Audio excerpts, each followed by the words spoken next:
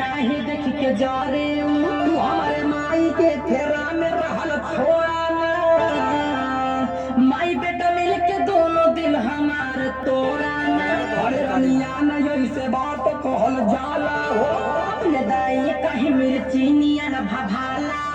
अच्छा तो चुप रहा है आगे कुछ मत बोली हाँ तो दूसरे के खाते पिल्लू अब तू मत खोली घरे टमाटा है देखी के तू सबके जरेली